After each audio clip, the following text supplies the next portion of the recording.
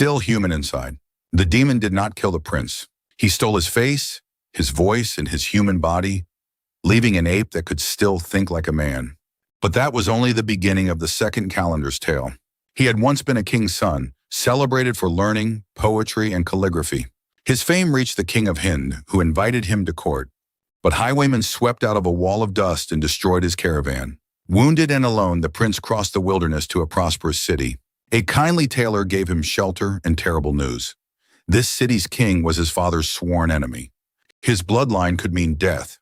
The prince hoped his education might earn a living, but no one here paid for philosophy or beautiful writing. The tailor handed him an axe and rope. For a year, the king's son survived by cutting firewood, never daring to reveal his name. One day, his axe struck metal beneath an old tree. He cleared the soil and found a copper ring fixed to a hidden door. Under the roots, stairs descended into a palace glowing with golden lamps. There he found a princess stolen from her wedding night and imprisoned by an ifrit for 25 years. The creature visited once every 10 days. 6 days remained. For the first time in years, she had someone human to speak with.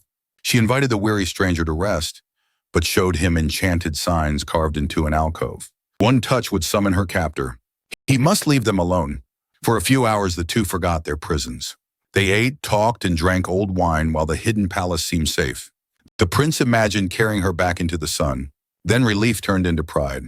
He boasted that no monster could frighten a king's son and that he would summon the ifrit and kill him. The princess pleaded with him to stop. But drunk on wine and lost importance, he kicked the enchanted alcove. The earth shook. Lamps swung. Thunder swallowed the palace and blackness crossed the ceiling. Suddenly sober, the prince ran for the stairs, leaving his sandals and axe behind. The ifrit found the evidence.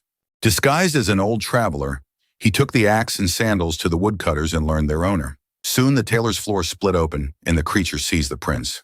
Underground, the princess had endured torture, but still denied knowing him.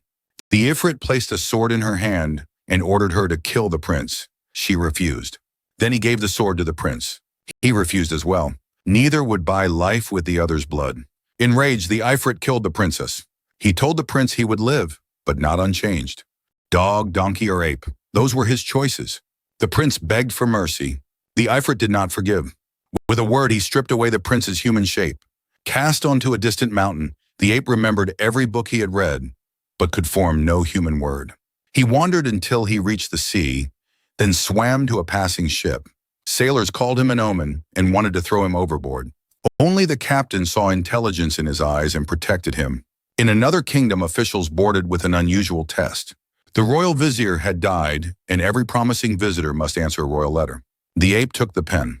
Before laughing sailors, he wrote in several elegant hands and added polished verses. The astonished king ordered this impossible scholar brought to the palace. The king dressed the ape in robes of honor and seated him near the throne. His daughter entered, covered her face, and demanded, "Why do you bring a man before me?" The princess had been trained in secret magic. She could see the prince imprisoned beneath fur and spell. She promised to restore him, knowing the curse would summon its maker. The hall was cleared. The ifrit erupted from the floor in black smoke. Their battle tore through the palace as both changed shape. Lion against serpent, scorpion against snake, until they became two columns of fire.